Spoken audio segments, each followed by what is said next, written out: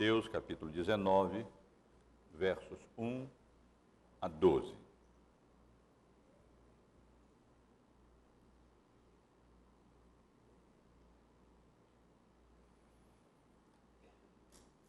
Onde lemos assim: E aconteceu que, concluindo Jesus estas palavras, deixou a Galiléia e foi para o território da Judéia, além do Jordão. Seguiram-no muitas multidões e curou-as ali. Vieram a ele alguns fariseus e o experimentavam, perguntando: é lícito ao marido repudiar a sua mulher por qualquer motivo? Então respondeu ele: não tendes lido que o Criador, desde o princípio, os fez homem e mulher? E que disse: por esta causa deixará o homem pai e mãe e se unirá à sua mulher, tornando-se os dois uma só carne? De modo que já não sois mais dois, porém uma só carne. Portanto, o que Deus ajuntou, não o separe o homem. Replicaram-lhe: por que mandou então Moisés dar carta de divórcio e repudiar? Respondeu-lhe Jesus: por causa da dureza do vosso coração, é que Moisés vos permitiu repudiar vossa mulher. Entretanto, não foi assim desde o princípio. Eu, porém, vos digo: quem repudiar sua mulher, não sendo por causa de relações sexuais ilícitas, e casar com outra, comete adultério. E o que casar com a repudiada, comete adultério. Disseram-lhe os discípulos: se é essa a condição do homem relativamente à sua mulher, não convém casar. Jesus, porém, lhes respondeu: nem todos são aptos para receber este conceito, mas apenas aqueles a quem é dado. Porque há eunucos de nascença, há outros a quem os homens fizeram tais, e há outros que a si mesmos se fizeram eunucos por causa do reino dos céus. Quem é apto para o admitir, admita. Meus irmãos, várias vezes, em várias oportunidades e circunstâncias, nós temos podido estudar o ensino bíblico acerca do casamento. E várias vezes eu tenho chamado a atenção dos irmãos e irmãs para o fato de que o casamento é, segundo Deus, segundo a Bíblia, uma aliança de companheirismo entre um homem e uma mulher. Pelo menos duas passagens bíblicas definem e esclarecem que o casamento é um pacto, é uma aliança de companheirismo entre um homem e uma mulher. Uma dessas referências encontra-se no livro de Provérbios, no capítulo 2, no versículo 16. Nesse capítulo, Salomão vem exortando seu filho a guardar as suas palavras, a acolher a sabedoria no seu coração, para que, entre outras coisas, ele se livrasse do perigo da mulher adúltera. E ele explica no versículo 17: aquela que deixa o amigo da sua mocidade e se esquece da aliança do seu Deus. Uma mulher adúltera é aquela que se esquece do pacto, de uma aliança que fez para com Deus, diante de Deus, de ser a companheira do seu esposo para toda a vida. No último livro do Antigo Testamento, em Malaquias, nós encontramos a segunda passagem a que me referi, também no capítulo 2, agora no verso de número 14. E se no livro de Provérbios a advertência e a referência contra a mulher que abandona o amigo da sua mocidade e se esquece da sua aliança. Aqui a referência é contra o homem que se esquece da mulher da sua mocidade e assim quebra a sua aliança, esse pacto que havia feito com ela. E perguntaste, por quê? Porque o Senhor foi testemunha da aliança entre ti e a mulher da tua mocidade, com a qual tu foste desleal, sendo ela a tua companheira e a mulher da tua aliança. E no verso 16, pouco adiante, desse mesmo capítulo, nós encontramos qual é a perspectiva de Deus com relação ao divórcio, com relação à separação, ao repúdio.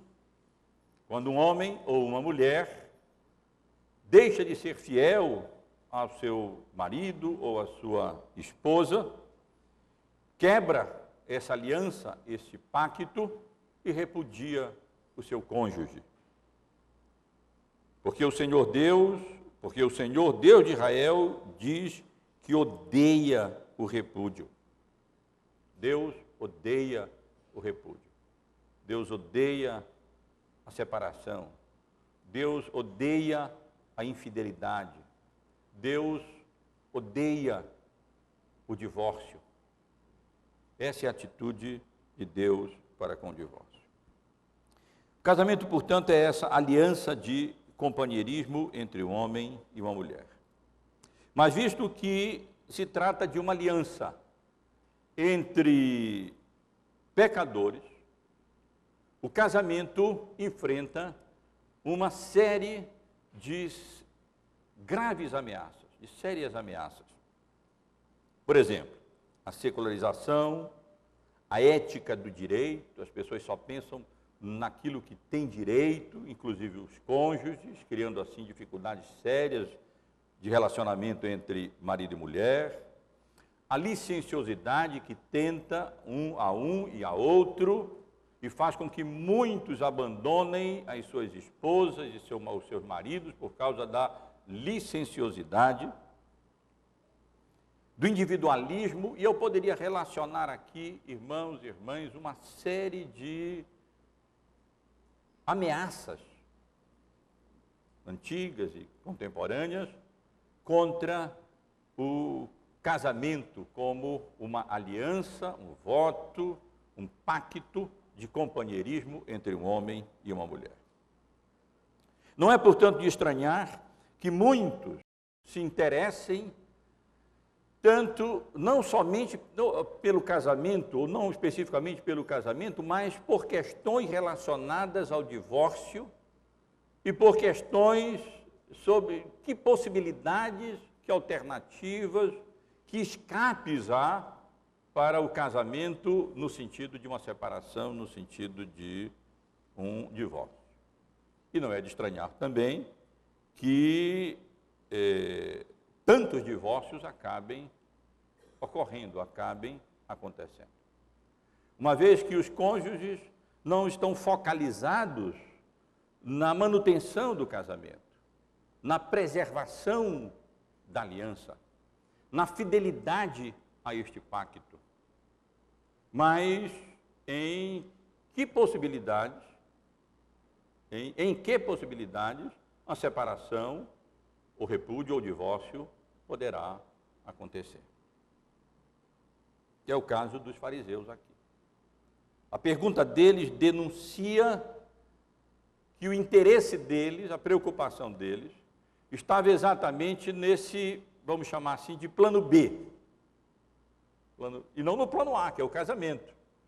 A fidelidade, a manutenção, a perpetuação dessa união em cumprimento a essa aliança, a esse pacto de fidelidade, de comunhão, de companheirismo entre um irmão e uma irmã, entre um homem e uma mulher.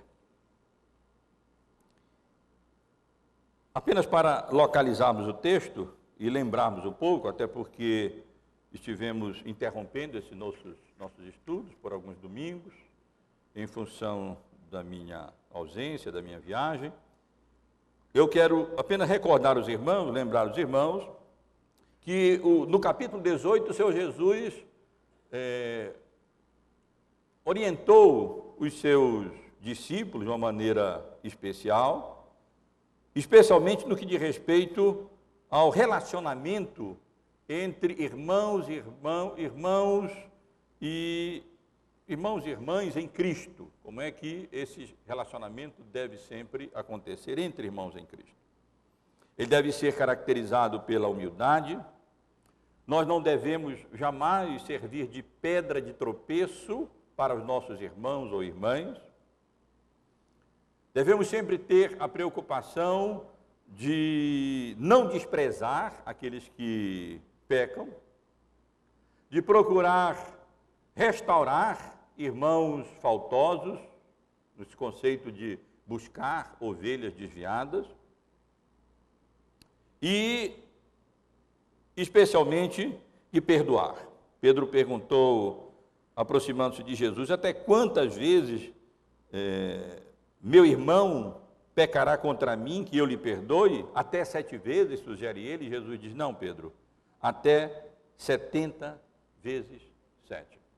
E é nesse contexto que Jesus conta a parábola que o presbítero Célio leu há pouco, do credor incompassivo, para ressaltar a irrazoabilidade daquele credor que, apesar de haver sido perdoado de uma dívida monumental pelo seu senhor, não perdoou uma dívida irrisória de um conservo seu, expressando assim gratidão até pelo fato dele haver sido perdoado de uma dívida tão grande como nós tivemos a oportunidade de considerar em um domingo anterior.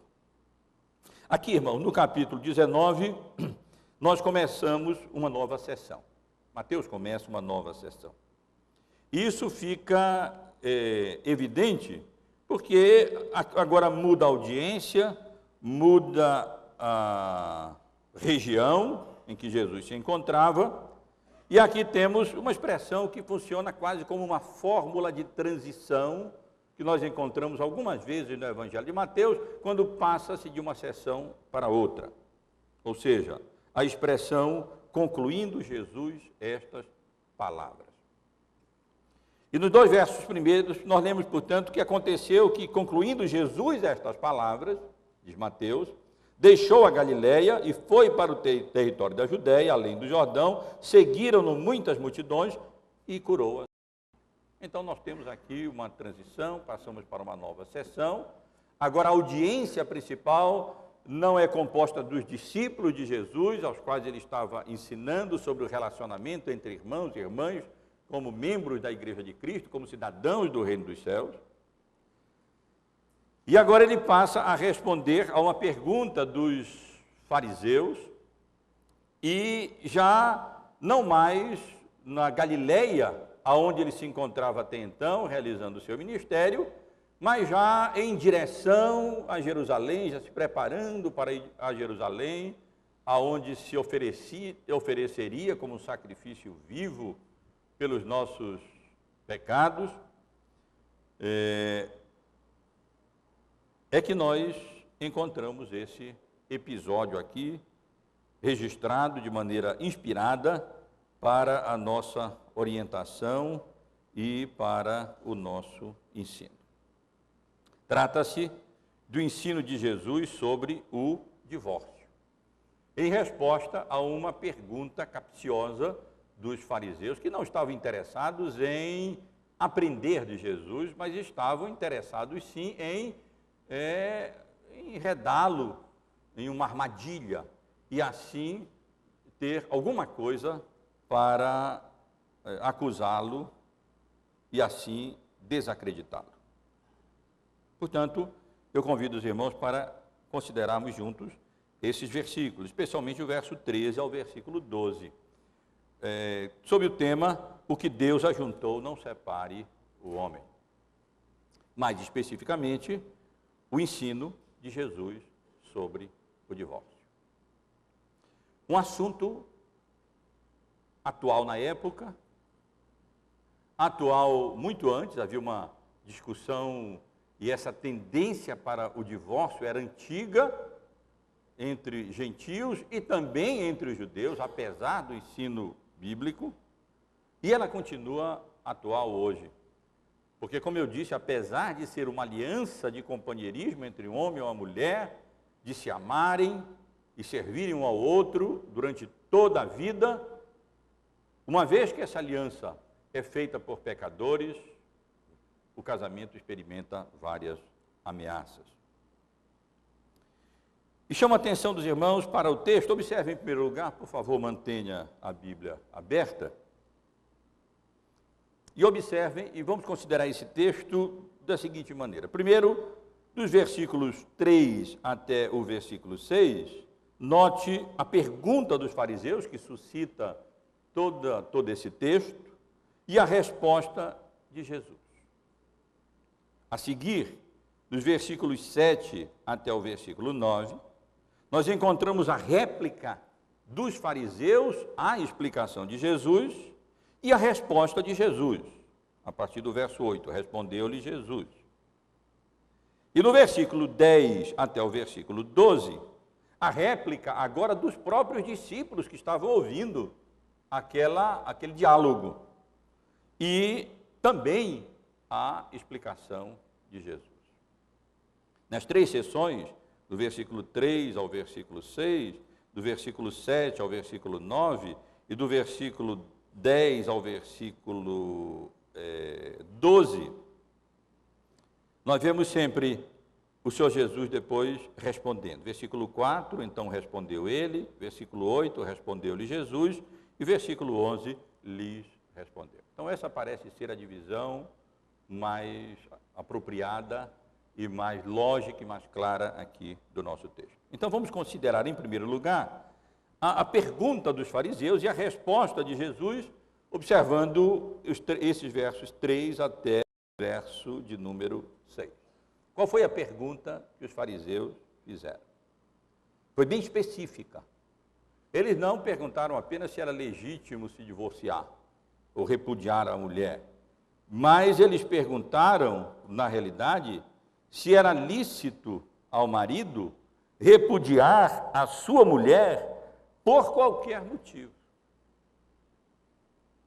Na verdade, a pergunta dos fariseus reflete um debate que havia na época, e de muito tempo atrás também, com relação à interpretação de Deuteronômio, capítulo 24, do versículo 1 até o versículo de número 4. Eu já tive a oportunidade, num estudo sobre esse assunto específico, domingo pela manhã, considerar essa passagem com maior detalhe, de maneira mais pormenorizada.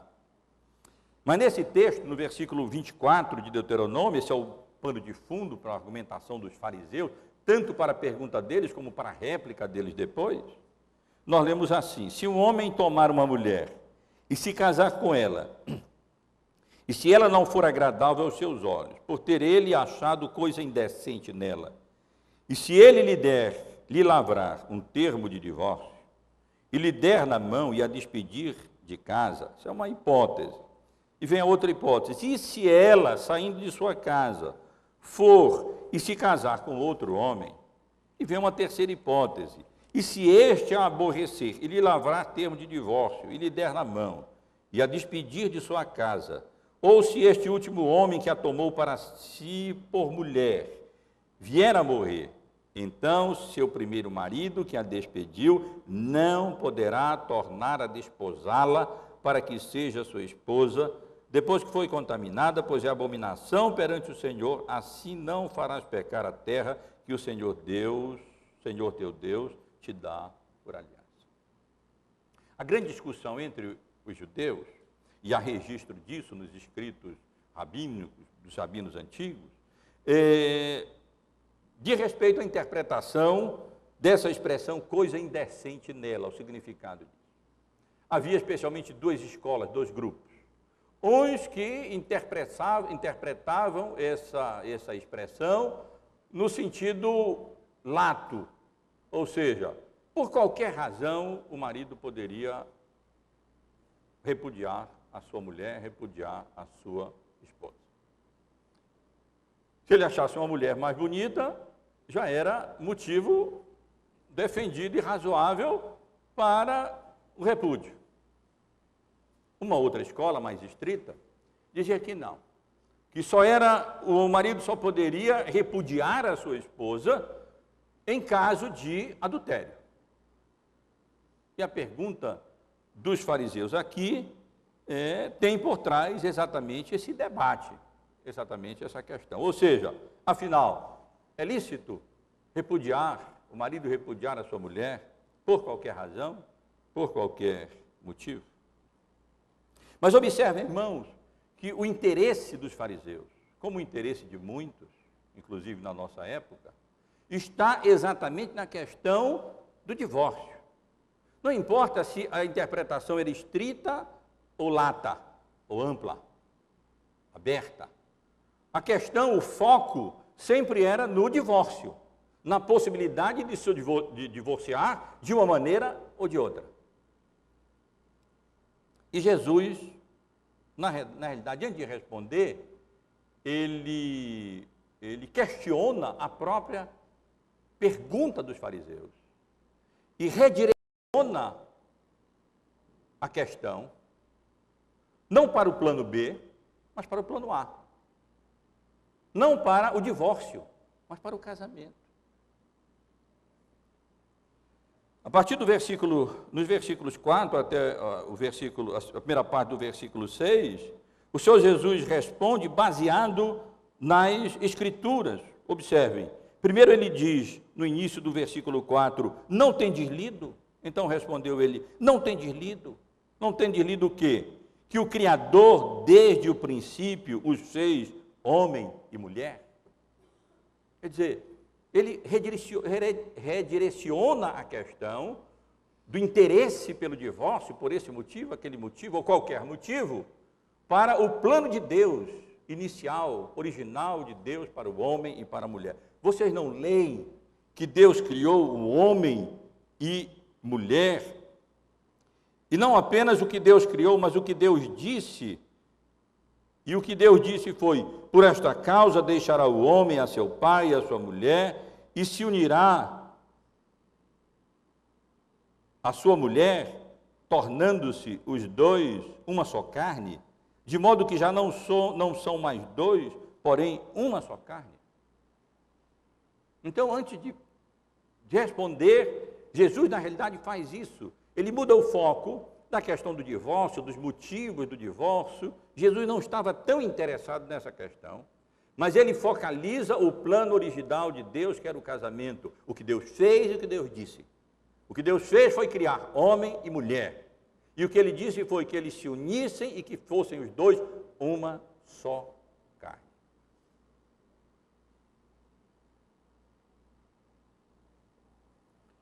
E no final do versículo 6, então, nós lemos a conclusão do pensamento, do argumento, do redirecionamento que Jesus faz dessa questão, quando ele diz, portanto, que Deus ajuntou, não o separe o homem.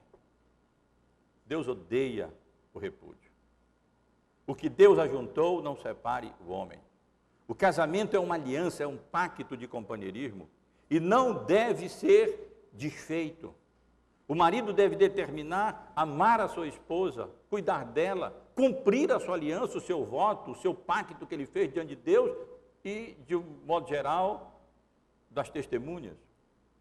Ir para o seu cônjuge, sua esposa, sua noiva, sua esposa. E a esposa deve amar o seu marido, ser fiel a ele e também cuidar dele na saúde, na doença, na riqueza, na pobreza, quando tudo vai bem, quando tudo vai mal, e muitas vezes as coisas vão mal no casamento, problemas surgem, enfermidades surgem, problemas financeiros surgem, problemas variados surgem, as ameaças estão ao nosso derredor no que diz respeito ao casamento. Pecado de um cônjuge, do outro cônjuge, de um ou outro cônjuge, erros nossos, nós somos pecadores e falhamos e erramos. Mas o que Deus ajuntou, de Jesus, não separe o homem. Essa é a sua resposta à pergunta dos fariseus, redirecionando a questão do plano B, com relação ao qual eles estavam tão interessados, a questão do divórcio e as possibilidades do divórcio, que justificariam um divórcio. Para o plano A vontade revelada de Deus desde a criação, no que Deus fez e no que Deus disse. E ele então conclui, porque o que Deus ajuntou, não o separe o homem. Mas os fariseus replicaram. Eles não ficaram calados diante da argumentação de Jesus. Eles conheciam Deuteronômio capítulo 24. Era um texto muito citado, muito utilizado por eles. E então, dos versículos 7 até o versículo 9, nós encontramos a réplica dos fariseus e a resposta de Jesus à réplica deles. A réplica é clara. Eles disseram: por que mandou então Moisés dar carta de divórcio e repudiar? Eles entenderam a resposta de Jesus, eles compreenderam. E compreenderam e argumentaram: ora, então, se Deus nunca quis que o homem se divorciasse, e por isso criou homem e mulher, e juntou e ordenou que se casassem e se formassem uma só carne, um homem e uma mulher. Não um homem com um homem, nem mulher com mulher, nem um homem com duas mulheres, nem uma mulher com dois homens, mas um homem e uma mulher. Então, por quê? É como se eles estivessem dizendo Deuteronômio 24, versículos 1 a 3. Ou seja, então por que Moisés ordenou, por que mandou então Moisés dar carta de divórcio e repudiar? E aí, meus irmãos, nos versos seguintes, nós encontramos a resposta de Jesus. E a resposta de Jesus pode ser destacada aqui, primeiro uma acusação e depois duas explicações. A acusação por causa da dureza do vosso coração. Deuteronômio 24 existe, foi escrito por causa da dureza do coração do povo de Israel, que não quis compreender a vontade de Deus, não estava sendo muitas vezes fiel ou à mulher, ou ao marido, ou à jovem, ou moço, ou à moça da sua mocidade, ao pacto de companheirismo. Isso acontecia muito em Israel, e então essa é a razão pela qual Moisés permitiu dar carta de divórcio. Mas Jesus explica, Moisés não mandou repudiar a mulher. Moisés permitiu repudiar a mulher. Uma coisa é entender Deuteronômio 24 como sendo um mandato, uma ordem. Não, esse capítulo não foi escrito, esses versículos não foram escritos com esse propósito. Eles foram escritos, na realidade, para evitar o divórcio, para normatizar e, assim, evitar os exageros em alguma coisa que estava acontecendo e que precisaria ser normatizada para evitar que o pior do que isso, viesse a acontecer. Nós temos leis, nós temos autoridades civis e religiosas, exatamente para evitar, porque o homem é pecador, o homem tende a errar, o homem tende a pecar, e então é preciso normatizar que, se aquilo acontecer, então é preciso fazer isso, aquilo outro, para evitar mal maior.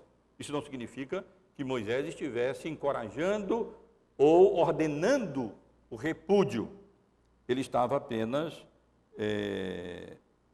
normatizando, e normatizando para evitar que o divórcio acontecesse. Na realidade, nós devemos entender esses primeiros versos do capítulo 24 do livro de Deuteronômio nesse sentido. O que estava essas instruções que nós encontramos aqui se alguém, um homem, então, encontrar coisa, interpretando do jeito que se interprete, uma razão para divórcio, então, ele deveria fazer duas coisas. Uma, fazer a coisa direita, entregar uma carta de divórcio, dizendo que ele estava divorciando daquela mulher, para que ela, então, tivesse aquele documento nas mãos. e pudesse então encaminhar a sua vida.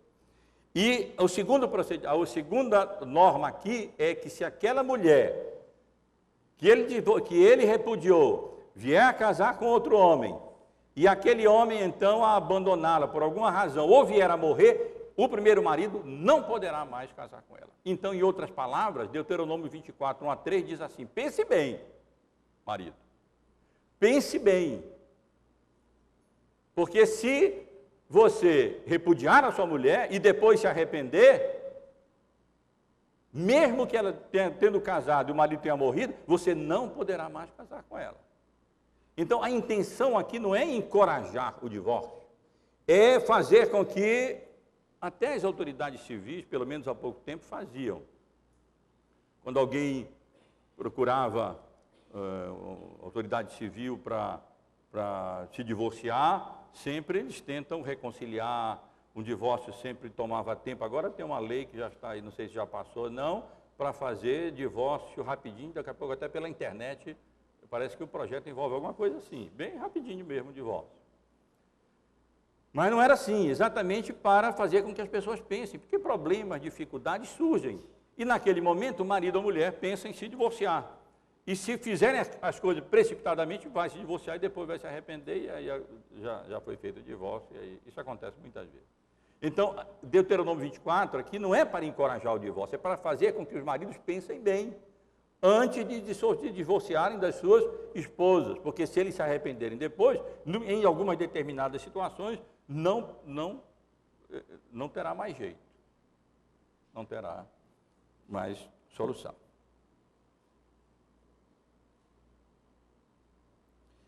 E além dessa explicação, no sentido de que Moisés não mandou, ele apenas regulou coisas que estavam acontecendo de fato, para restringir, normatizar e evitar um mal maior, o Senhor Jesus chama atenção para o fato de que não foi assim desde o princípio.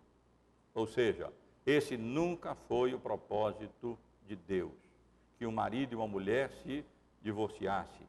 E essa legislação em Deuteronômio 24 surgiu apenas como consequência da queda, como consequência do pecado, como consequência da infidelidade conjugal, para evitar o mal maior e assim tentar restringir a impiedade e o pecado nesse sentido. E depois da resposta, no versículo 9, nós encontramos uma declaração séria do Senhor Jesus.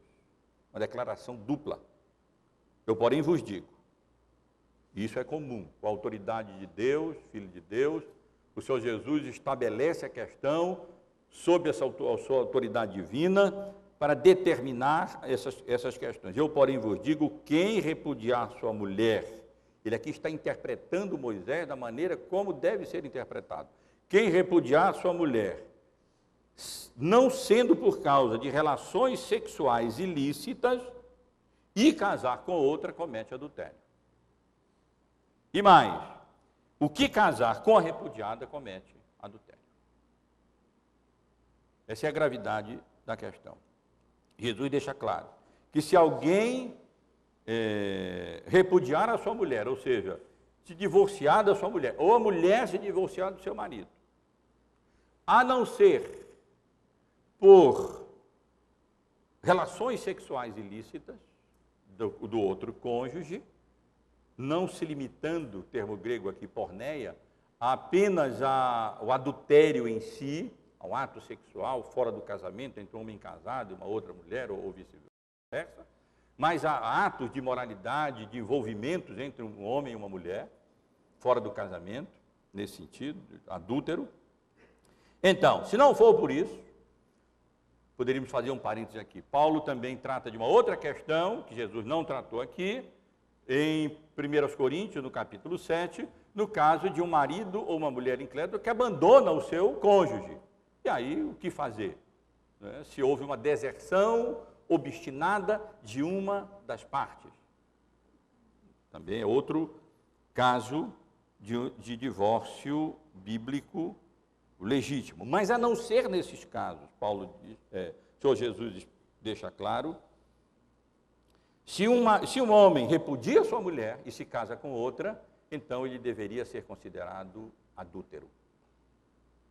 E mais ainda, se a mulher, o texto aqui se encontra entre colchetes, mas não há dúvida que ele é bíblico. Apenas não se encontra em alguns manuscritos mais antigos, mas se encontra na grande maioria dos manuscritos e em outras passagens bíblicas também, e, portanto, o texto é canônico. O que casar com a repudiada comete adultério. E aqui preciso uma explicação.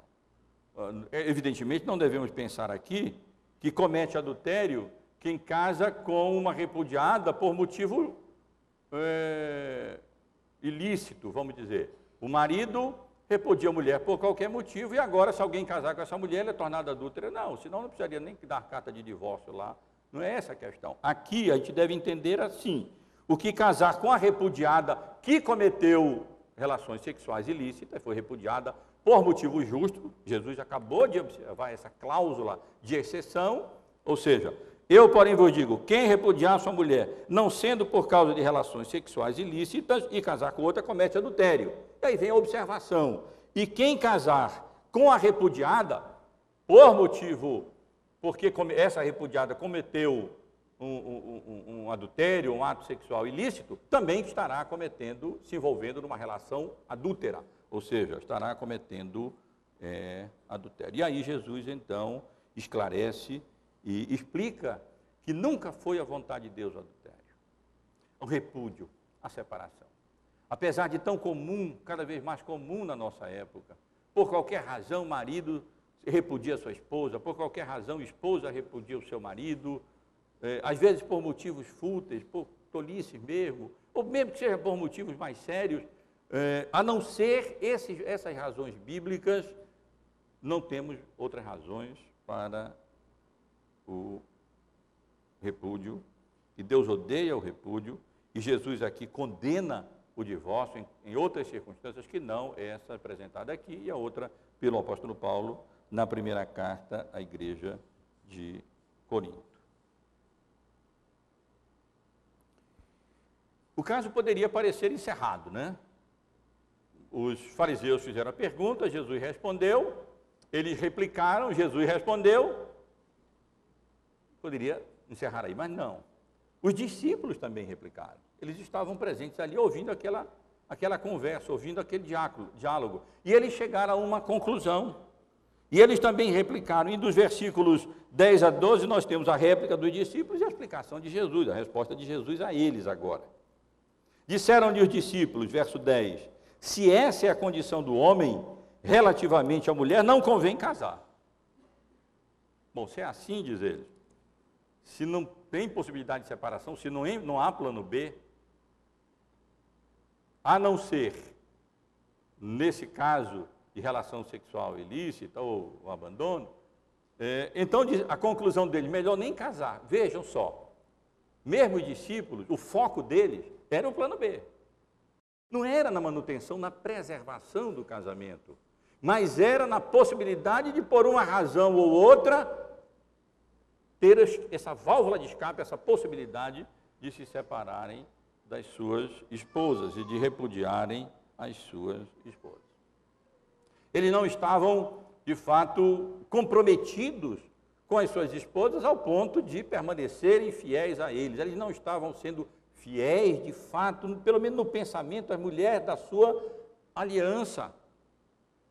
Tanto que eles chegaram a essa conclusão absurda. Então, se é assim, melhor não casar. Bom, e qual é a explicação de Jesus? Qual é a resposta de Jesus a eles? Para surpresa nossa, Jesus diz assim, no versículo 11, Jesus, porém, lhe respondeu, nem todos são aptos para receber este conceito, mas apenas aqueles a quem é dado. Eu entendo que a melhor interpretação dessa observação, dessa resposta, dessa explicação de Jesus, é no sentido de que, como se Jesus estivesse dizendo assim, quem não estiver sinceramente disposto a cumprir esse pacto de companheirismo, é melhor não casar mesmo. Quem não estiver disposto a receber esse conceito do casamento como um pacto, uma aliança entre o marido e mulher,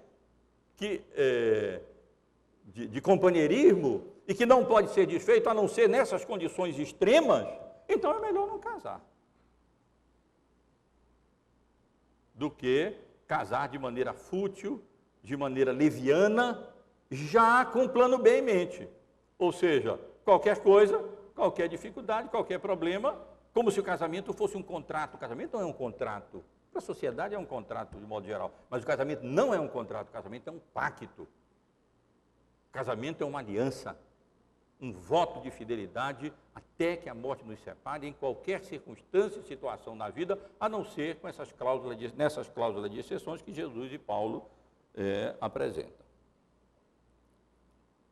Portanto, parece que a melhor explicação aqui é essa, ou seja, quem não estiver sinceramente disposto a cumprir esse voto, essa aliança de companheirismo, a ser fiel à sua esposa, sinceramente, ou a seu marido, durante toda a vida, então é melhor não casar. E aí Jesus acrescenta, dizendo, afinal de contas, há eunucos de nascença, há outros a quem os homens fizeram tais, e há outros que a si mesmos se fizeram eunucos por causa do reino de Deus. Há pessoas que, grupos variados, não interessa tanto entrar aqui em pormenores, mas há pessoas que podem não casar mesmo. Há homens, inclusive, como o próprio Senhor Jesus e o próprio apóstolo Paulo, que se fizeram eunucos, ou seja, que preferiram permanecer como solteiros para terem todo o tempo, toda a energia, toda a disponibilidade com vistas à promoção do reino de Deus, a servirem a Deus, a servindo a igreja naqueles tempos difíceis em que eles viveram. Pode ser que esse seja o caso de algum, então não case. Então não case. E Jesus termina então com uma advertência no final do versículo 12, quando ele diz, quem é apto para admitir, admita. O versículo não é fácil de compreensão, porque ele se presta a duas interpretações e também pela dificuldade de tradução da palavra aqui traduzida como admita. Ela pode ser traduzida como suportar, ou então continuar neste estado, e também podemos interpretar essas palavras de Jesus como se referindo a uma ou outra coisa, ou seja, se referindo ao celibato, se referindo ao casamento. Isto é, Jesus poderia estar dizendo aqui, quem é apto, quem é capaz de se sustentar nessa condição de celibato, de não casamento, que se sustente, que permaneça nessa situação. Ou então, quem julgar que é capaz de ser fiel à sua esposa e então se manter no casamento, então que admita e aceite isso, essa norma que Jesus estabelece aqui, com clareza, com relação ao repúdio, e então se case e seja fiel à sua esposa nessa aliança de companheirismo entre um homem e uma mulher por toda a vida.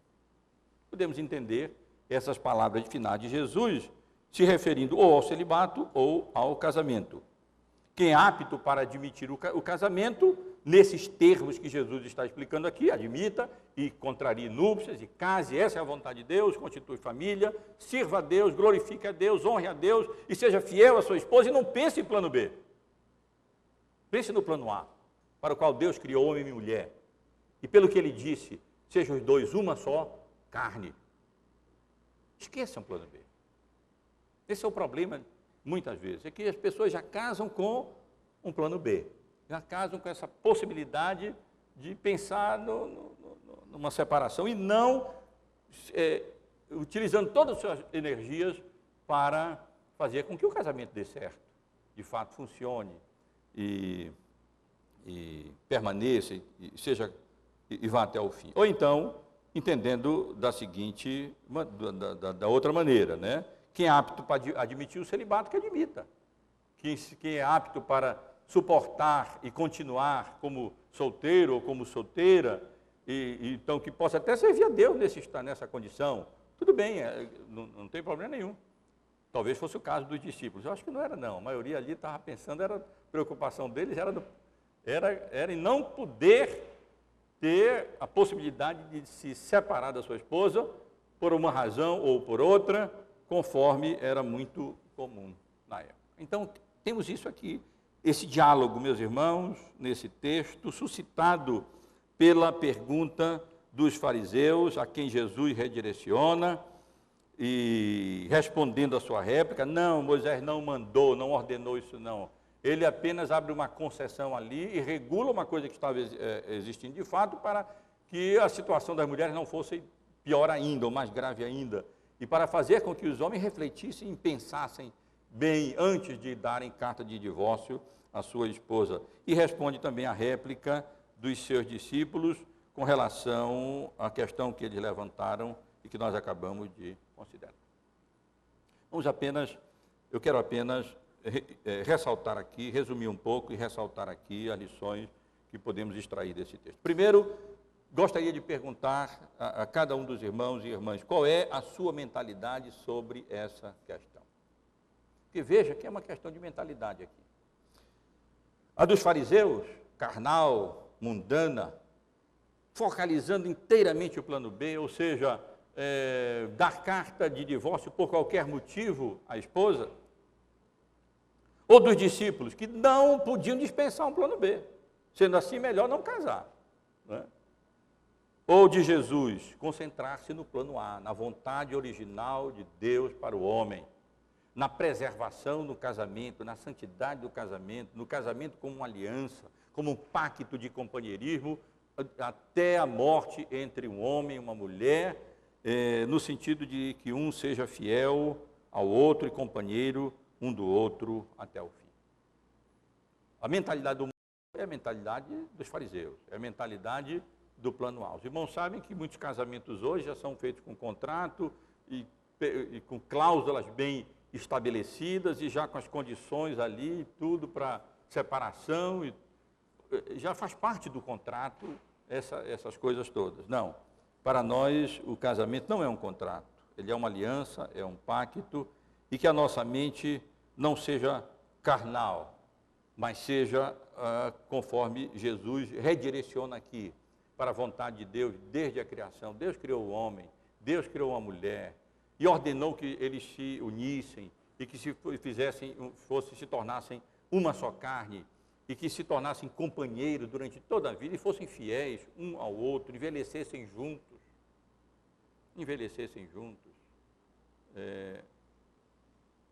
amparando, e animando, e encorajando, e suportando as fraquezas um do outro também, como é comum, uma vez que essa aliança é uma aliança entre pecadores. Em segundo lugar, irmãos, chama a atenção de que a vontade de Deus com relação ao casamento é que ele seja entre o homem e uma mulher e para a vida toda. Foi isso que Deus fez e foi isso que Deus ordenou na criação. Por mais que essa ética licenciosa da nossa sociedade contemporânea admita e até encoraje outra coisa, o casamento é uma união entre um homem e uma mulher. Não entre dois homens, não entre duas mulheres, não entre um homem e mais de uma mulher, e nem entre uma mulher e mais de um homem, mas entre um homem e uma mulher. E uma união perene, enquanto Deus nos conservar com vida. Isso fica claro do que Deus fez e do que Deus disse por ocasião da criação. As pessoas mundanas já casam com um plano B em mente. E por essa razão não é de estranhar que se separem quando surjam as primeiras dificuldades. Os irmãos sabem muito bem o que tem acontecido. Qualquer problema, pastores sabem muito bem disso, porque aconselham, tratam dos problemas, e muitas vezes são problemas menores, coisas insignificantes e dificuldades, às vezes me procuram, relatam as dificuldades do cônjuge, a esposa relatando a dificuldade do marido, eu digo, olha, por mais do que isso, a minha mulher já tinha me separado de mim, se fosse por isso, não é? Porque eu não sou perfeito, eu tenho erros também e falho também. Esses não são motivos nenhum para separação, pelo contrário. Mas é porque esse plano B que a sociedade joga na nossa mente, essa possibilidade de se separar, ela infelizmente tem contaminado a mente de irmãos e irmãs em Cristo. Eles e elas não vivem, não pensam como se essa possibilidade não existisse. Mas essa é uma possibilidade à mão. Eu vou me separar do meu marido. Eu vou me separar da minha esposa. Como se essa fosse uma alternativa.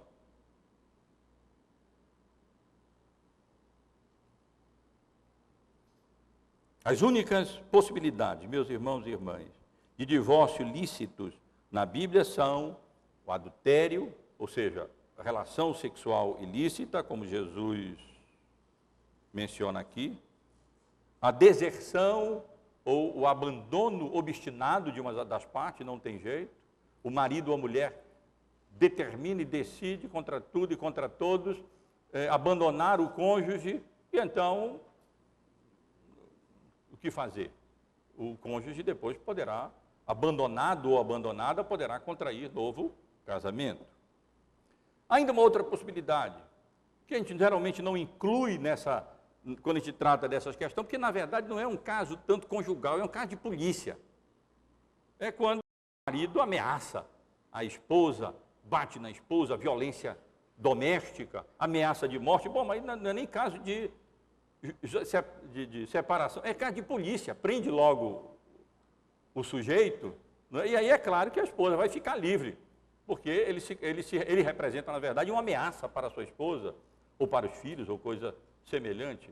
Então, no meio protestante, admite-se essa separação, porque aí já não é um caso que nem precisava tratar aqui, porque é um caso de polícia mesmo, é um caso de violência doméstica, em que a integridade física de um dos cônjuges, às vezes é a mulher também. Eu li uma vez que, segundo algumas estatísticas, os maridos sofrem mais violência doméstica das mulheres do que as mulheres dos maridos. Eu não sei se... Acho que isso é estatística de marido, né? Eu não sei, mas isso acontece também, né? Mas eu acho que aí é um caso menos grave. Esqueça essa última parte aí, apague, né? Mas o fato é que é uma possibilidade, sim, porque aí é um caso de integridade física do cônjuge, do marido ou da esposa, e aí então, como se fosse uma deserção forçada de uma das partes, porque pelo bem da própria vida, em favor da própria vida. Eu não teria coragem, como pastor, de aconselhar a uma mulher ameaçada com o marido, que bate nela e que encosta uma arma ou ameaça a vida, de dizer, não, fique e continue com o seu marido, porque eu não teria coragem de dizer isso, porque depois ela morre e aí a culpa ainda vai ser minha, né?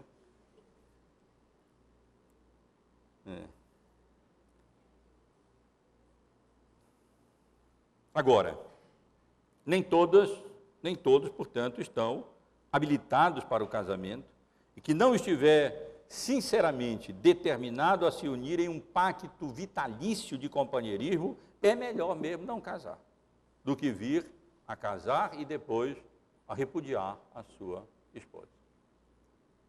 Porque esse é grave, é sério, e Deus odeia, abomina o divórcio. Ele recomenda o casamento, ele encoraja o casamento, deixa o homem, a seu pai, a sua mãe, se una a sua mulher, sejam os dois uma só carne. Mas ele odeia a separação e ele odeia o divórcio.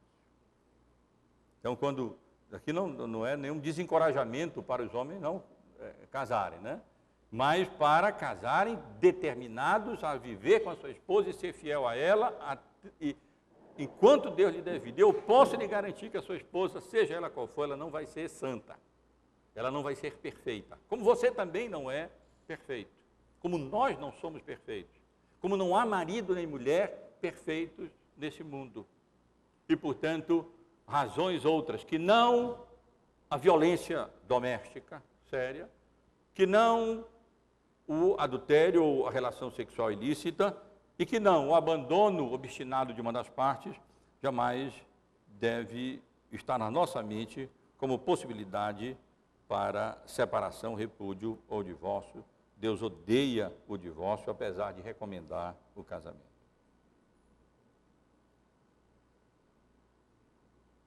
Além disso, irmãos, o celibato é uma possibilidade para aqueles que, principalmente em tempos difíceis, desejam consagrar-se inteiramente a Deus, a exemplo de Jesus e a exemplo de Paulo, como eu já mencionei, para que possam então desempenhar melhor os seus deveres no reino, o que não poderiam fazer se negligenciando os deveres familiares, né? As relações familiares.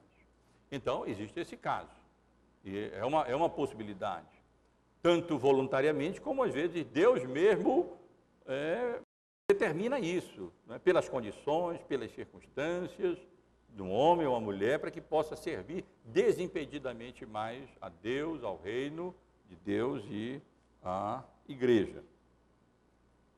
Não como um ato obrigatório, como a Igreja Católica quer, mas como alguma coisa voluntária mesmo, da parte de alguém que, movido pela vontade de Deus, então determina, como Paulo, foi o caso de Paulo e de outros, não casarem e se consagrarem inteiramente ao serviço de Deus e ao serviço à igreja. E finalmente, meus irmãos, visto que o casamento é uma aliança de companheirismo entre pecadores, eu volto a ressaltar o que eu ressaltei no início. O casamento sofre ameaças, sofre problemas, sofre dificuldades. Pela graça comum de Deus, mesmo pessoas não crentes, às vezes conseguem sustentá-lo de maneira satisfatória até o final, ou por integridade moral, ou por pressão social, ou por amor aos filhos, ou por bom senso até, conseguem então manter um casamento, e todos nós conhecemos um ou outro exemplo de casamentos bem-sucedidos no nível humano, entre pessoas que não são crentes e vivem a vida toda, apesar da dificuldade do problema, e sem se separarem e sem se divorciarem. Mas a obra redentora de Cristo, ao restaurar a imagem funcional de Deus no homem, restaura também o casamento, que com a graça de Deus pode ser elevado a um nível superior, refletindo então a união entre Cristo e a igreja, por meio do amor, da abnegação, da paciência, da tolerância, da compreensão, do perdão, contexto aqui imediato anterior do nosso texto.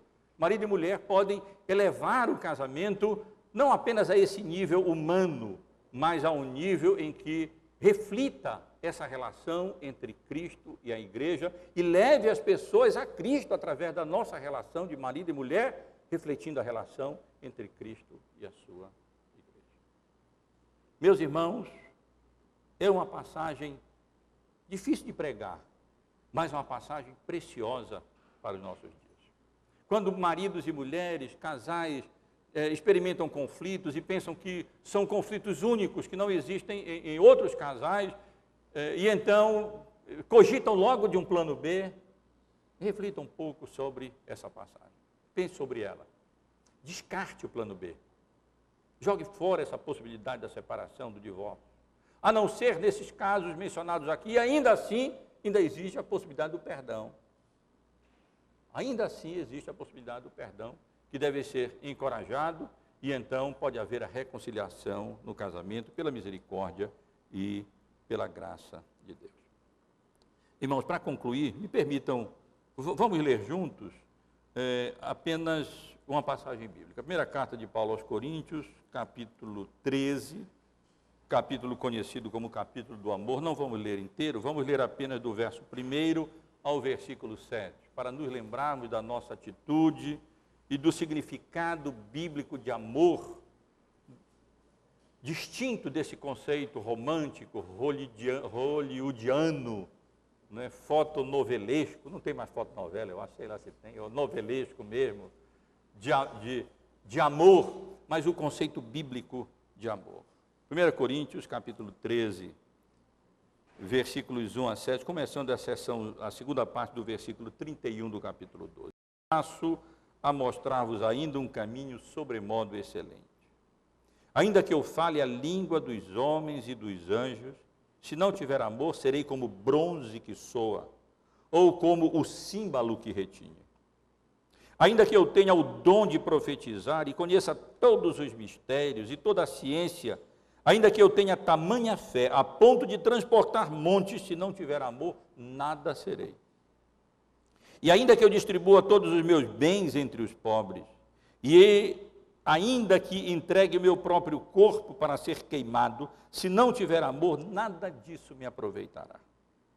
Especialmente os versos 4 a 7. O amor é paciente, é benigno, o amor não arde em ciúmes, não se ufana, não se ensoberbece, não se conduz inconvenientemente, não procura os seus interesses, não se exaspera, não se ressente do mal, não se alegra com a injustiça, mas regozija-se com a verdade. Tudo sofre, tudo crê, tudo espera, tudo suporta. Que Deus nos abençoe, meus irmãos e irmãs, de uma maneira muito especial, abençoe os casais da nossa igreja, focalizando o plano a vontade original de Deus. Foi isso que Deus fez, Ele nos criou homem e mulher, e ordenou que fôssemos uma só carne. Obrigado por assistir o vídeo até o final. Além de curtir e compartilhar o vídeo, considere se inscrever no canal.